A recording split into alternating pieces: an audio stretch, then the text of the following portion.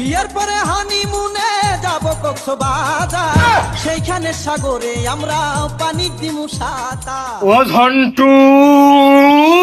হ্যাঁ পিতা, আপনাকে কি ভেমরুলে দংশন করেছে? না, তুই এদিকে আয়, কাছে আয়। মানে ওই বেশি কাছে না দূরের কাছে? আরে হাত সারি কাছে আসলি হচ্ছে। এর আগেও বহুতবার আমার ভালো বুঝে রেখে নিয়ে কান মুখ সাইজ করে দিয়েছে, খুব সাবধান থাকতে।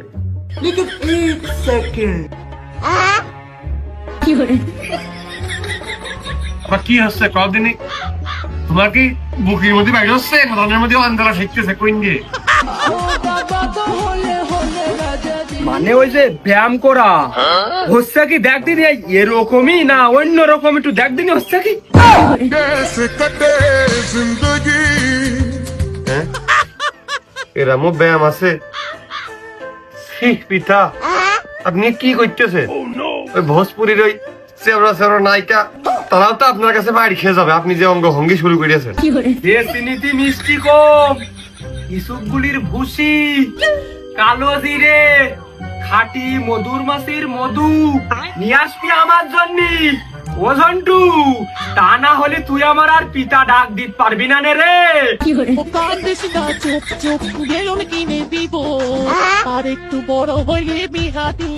মধু নাই ভেজাল হয়, মধুর মাছিরও আর খাটি আর বেখাটি আছে।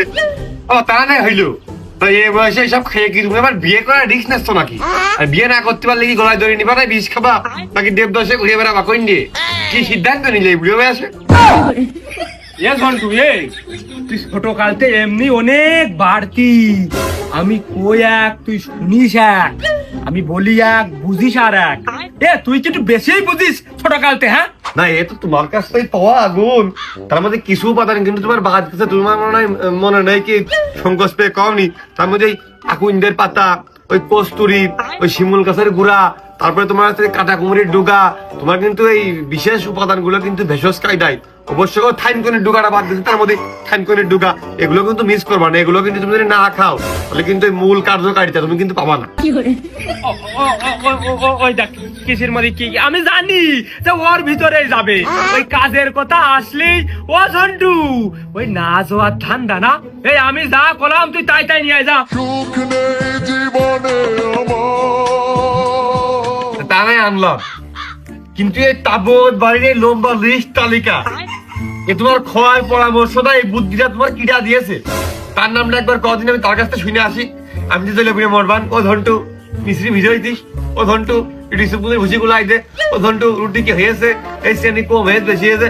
আমি যে লেবুরে ঘুম কামাই করে বললাম।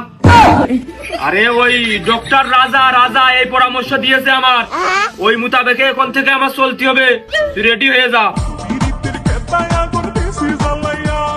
আমি যে দিব্যি দেখতিস তোমার তাবৎ দেহ বৃত্তি বাড়, তোমার তো বাইরে কোনো ক্ষান্ত হয়নি, সুস্থ আছো।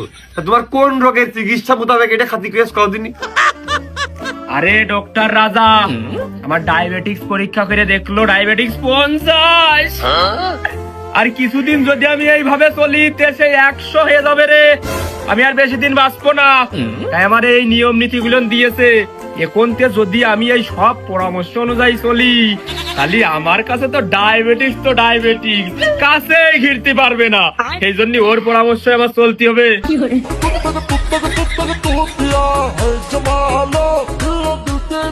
মানে আমি একটা বিষয় এখনো বুঝলাম না, তোমাকে ডায়াবেটিস হয়ে গেছে না হতে পারে না হবে কোনডে?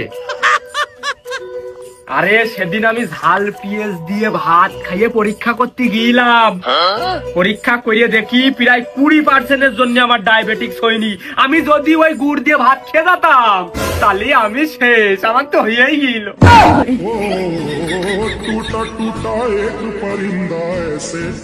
তা তোমার কেত্তি মনে হইলো? তারা তো অন্য সুস্থ মানুষ, তোমার কেত্তি মনে হইলো যে তোমার ডায়াবেটিসটা পরীক্ষা করা উচিত? সবার হচ্ছে, আমারও হতে পারে। আরো আমার কয়দিন যাবত বুকের মধ্যে শুধু বাইরে ওই ঘুমালি আমার ঘুম ভাঙতে চায় না, আর শুধু খিদে লাগে। আমি পারি না আর পারি না। সারি সারি খাওয়া অভ্যেস তো আমি ধীরে ধীরে দেখতেছি, আর পুড়ে পুড়ে আমাদের কাজ করানোর ঘুমানো।